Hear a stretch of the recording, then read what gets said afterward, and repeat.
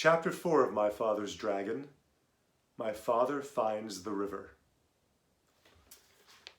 The jungle began just beyond a narrow strip of beach.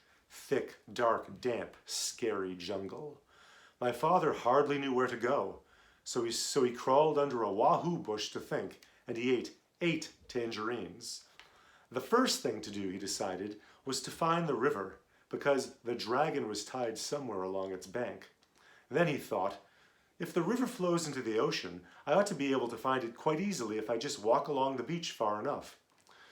So my father walked until the sun rose and he was quite far from the ocean rocks. It was dangerous to stay near them because they might be guarded in the daytime. He found a clump of tall grass and sat down.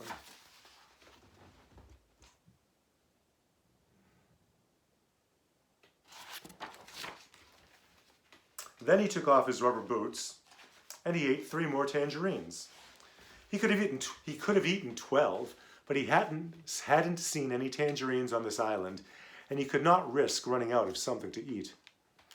My father slept all that day and only woke up late in the afternoon when he heard a funny little voice saying, "Queer, queer, what a dear little dock. I mean, dear, dear, what a queer little rock." My father saw a tiny paw rubbing itself on his knapsack. He lay very still, and the mouse, for it was a mouse, hurried away, muttering to itself, "I must smell Tum-Duddy. I must tell somebody."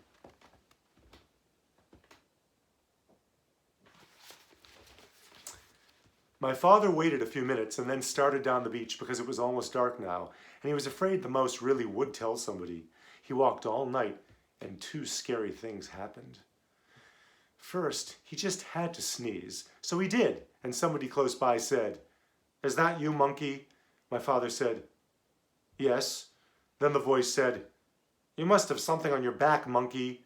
And my father said, "Yes," because he did. He had his knapsack on his back. "What do you have on your back, monkey?" asked the voice. My father didn't know what to say because what would a monkey have on its back? And how would it sound telling someone about it if it did have something? Just then another voice said, "I bet you're taking your sick grandmother to the doctor's." My father said, "Yes," and hurried on. Quite by accident, he found out later that he had been talking to a pair of tortoises. The second thing that happened was that he nearly walked right between 2 wild boars who were talking. Oh, here they are.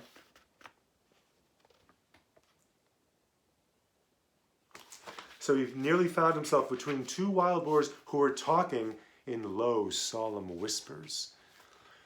When he first saw the dark shapes, he thought they were boulders.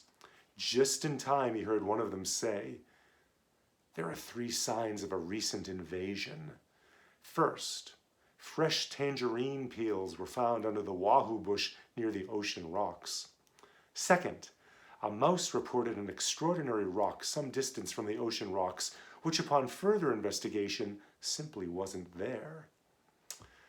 However, more fresh tangerine peels were found in the same spot, which is the 3rd sign of an invasion. Since tangerines do not grow on our island, somebody must have brought them across the ocean rocks from the other island, which may, or may not, have something to do with the appearance and or disappearance of the extraordinary rock reported by the mouse." After a long silence, the other boar said, "You know, I think we're taking all this too seriously. Those peels probably floated over here all by themselves, and you know how unreliable mice are. Besides, if there had been an invasion, I would have seen it." "Perhaps you're right," said the first boar. "Shall we retire?" Whereupon, they both trundled back into the jungle. Well, that taught my father a lesson, and after that he saved all of his tangerine peels. He walked all night and toward morning came to the river. Then his troubles really began.